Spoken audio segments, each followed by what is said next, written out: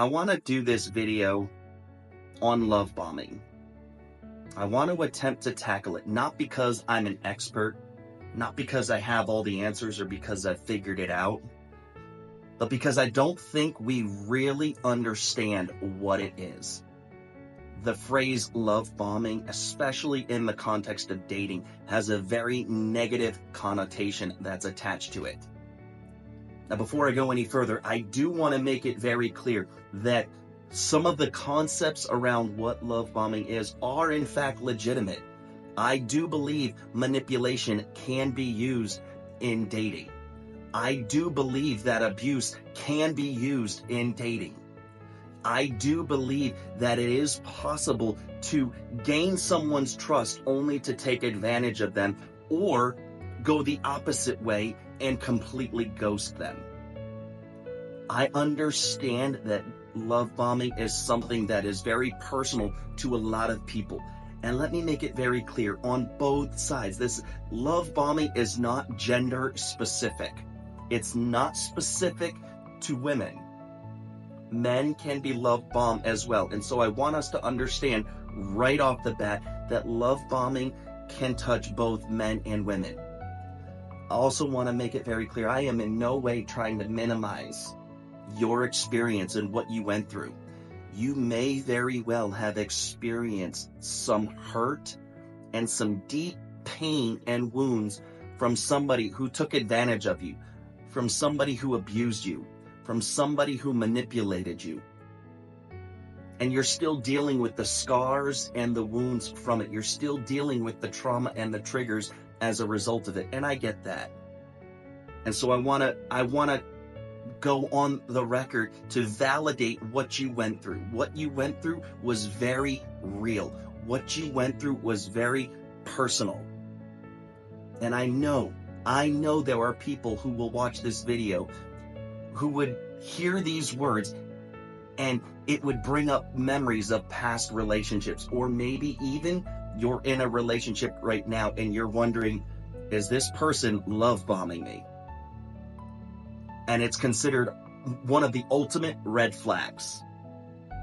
The phrase love bombing has been thrown around just as much as the word narcissist has, word toxic, the phrase red flags, or ick. This seems to be the modern vernacular when we talk about dating. And so I want to ask the question, is it really love bombing? Gary Chapman did a book. It's called The 5 Love Languages. And one thing that I understand about this book is that there is a drastic difference between how we show love and how we receive love. When we talk about love, it's not just about us receiving love, but it's also how we give and how we show love to someone else.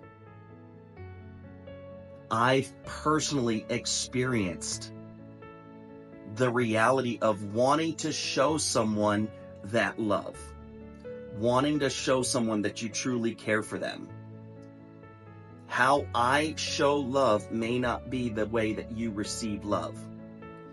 You may not receive love through gifts or acts of service or words of affirmation. You may receive love through physical touch and quality time. And I think there are times when there's this disparity, there's this difference between how a man will show a woman that he loves her, or vice versa, how she shows him that she loves her. And is it really love bombing, or is it the fact that I perhaps don't know how to truly receive love? Maybe I'm suspicious of it. Maybe I'm cautious of it. And so when it's presented to me, I cringe, I back off, I take a step back because I question your motives, I question your intention. And it almost feels too good to be true. The good morning text, the good night text, maybe flowers or a card, maybe the use of language. Let me go on the record and say that I'm convinced sending reels and songs is an unofficial love language. Argue with me if you want, and that's okay, but I'm convinced sending reels and sending songs is an unofficial love language. And when we talk about this concept of love bombing, one thing we have to understand is that we need to learn how to love each other. The Bible commands us to love one another as we love ourselves. We are instructed to love our neighbors. And when we are talking about marriage, husbands are to love their wives as Christ loved the church. Said it before, I'll say it again. Men, you are not the standard for how you are to love a woman. Women, you're not the standard on how you're supposed to be loved. The ultimate standard for how a man is to love you as a woman is Christ and how he loved the church. He is the ultimate model and expression on how to love a woman. And I realize you've been hurt. I realize you've experienced pain. And as a result, it may be difficult for you to receive love, and you may push it back. And there's something to be said about a man who is willing to, number one, try and show you how much he cares for you, but also his intentionality. Not everyone's motives are suspicious or to be called into question. And I realize that's easier said than done. We've experienced hurt and pain in relationships, and so trust doesn't come easy. And I get that. But there is this need for us in relationships to learn how to love each other.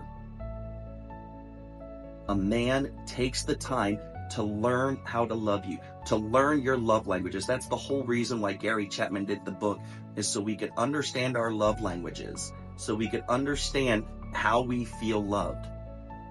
And I'm going to go on the record. Men don't always know how to love right or how to love properly. And I think that's why Paul said, husbands, love your wives as Christ loved the church, because he set the model as Christ. Love is always sacrificial, and love is always giving. And I think that's one of the most important parts of love is, are we willing to be sacrificial? Are we willing to give? Are we willing to be intentional? So much shade and suspicion is cast on this subject of love, and I think that there are a lot of things that are called love bombing, when in all reality, it's simply one partner learning how to properly love the other partner. And that's what marriage is. That's what we do. That's what dating is for. That's what engagement is for. We're learning each other. I'm learning how to love you. You're learning how to love me. I'm learning how to respect you. You're learning how to respect me. We're learning how to grow with each other. Do I believe it can be excessive at times? Of course I do. Do I believe that there are men who can use grandiose gestures and all of this to manipulate? Of course I do. That stuff is very real, and it happens. But what I want us to truly understand, especially as Christians, is I want us to truly take a step back and ask the Lord for wisdom, not only on how we are to show love ourselves, but also how to receive love. Do we truly understand how to love others? Do we truly understand how to love ourselves? Love your neighbor as yourself. There's something to be said about self-love. Love your neighbor as yourself. This commandment have I given to you, that you love one another. I'm not an expert on this.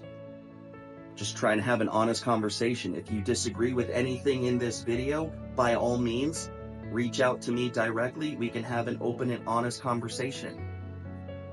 But what I want us to understand, I want us to understand this concept of learning each other, learning how to love each other properly, learning how to give, learning how to sacrifice, being intentional in our relationships, and truly taking the time to cultivate that genuineness and that authenticity in the relationship that can allow it to thrive and prosper.